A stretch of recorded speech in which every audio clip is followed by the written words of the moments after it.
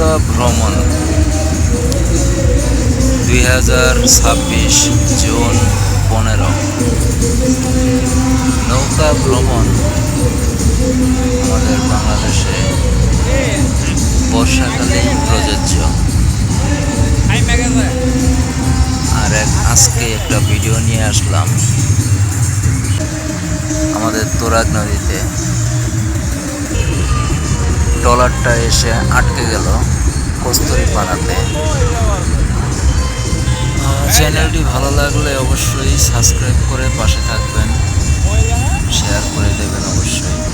ট্রলারটি আস্তে আস্তে পিছের দিকে চলে যাচ্ছে।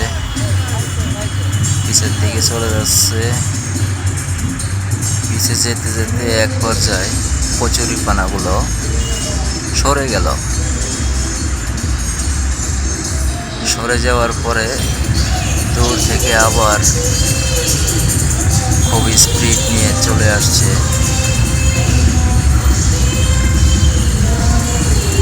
এই নৌকা ভ্রমণের ট্রলার সবাই খুবই আনন্দিত,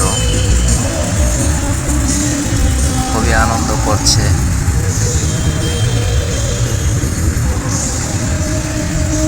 আমারও মন চায় ট্রলার ভ্রমণ করি, কিন্তু এখন সম্ভব নয়।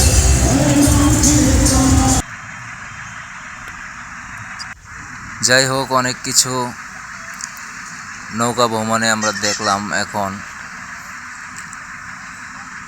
আমরা আরেকটি সাইডের অংশ দেখব। এখন আমি আছি আবদুল্লাপুর, মানে নদীর এই পারটা হচ্ছে ঢাকা আবদুল্লাপুর, আর ও পারটা হচ্ছে টঙ্গী বাজার। টঙ্গী বাজারের নদীর মধ্যে অনেক স্রোত। এখন বর্ষা, বৃষ্টি হচ্ছে, জোয়ারের পানি হচ্ছে, এতে করে মাছও জন্ম নিচ্ছে। কস্তুরীপানাগুলো বিভিন্ন অঞ্চল থেকে ভেসে ভেসে আসছে। এই স্রোত যেতে যেতে আমি যতটুকু জানি উলুখোলা হয়ে নাগরী হয়ে শীতলক্ষ্যা নদীতে যেয়ে তারপরে শীতলক্ষ্যা থেকে আবার আরও ওদিকে যেতে যেতে মেঘনা নদীতে যেয়ে প্রবেশ করবে। তারপর ওদিক থেকে আরও বিভিন্ন শাখা চাঁদপুরের দিকে গেছে, যমুনা নদীর দিকে গেছে, পদ্মাত গেছে, তারপরে যমুনা নদীর দিকে গেছে। এই যে দেখতে পারতেছেন যে বিল্ডিংটা, এটা হচ্ছে হিন্দু ধর্মের একটা পূজার মন্দির।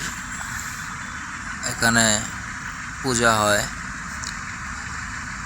আর ওই যে দেখতেছেন ট্রেন গাড়ি যাচ্ছে, সম্ভবত এটা চট্টগ্রাম এক্সপ্রেস হতে পারে। এই টাইমে চট্টগ্রামে তো অনেক ট্রেনই যায় সময়ে সময়ে। এটা অন্তনগর ডিস্ট্রিক্ট ট্রেন হতে পারে। দেখেন মাছের কি ওয়াশ। আর এই মন্দিরের এটা হলো টঙ্গী বাজারের মাছা বাজারের পাশে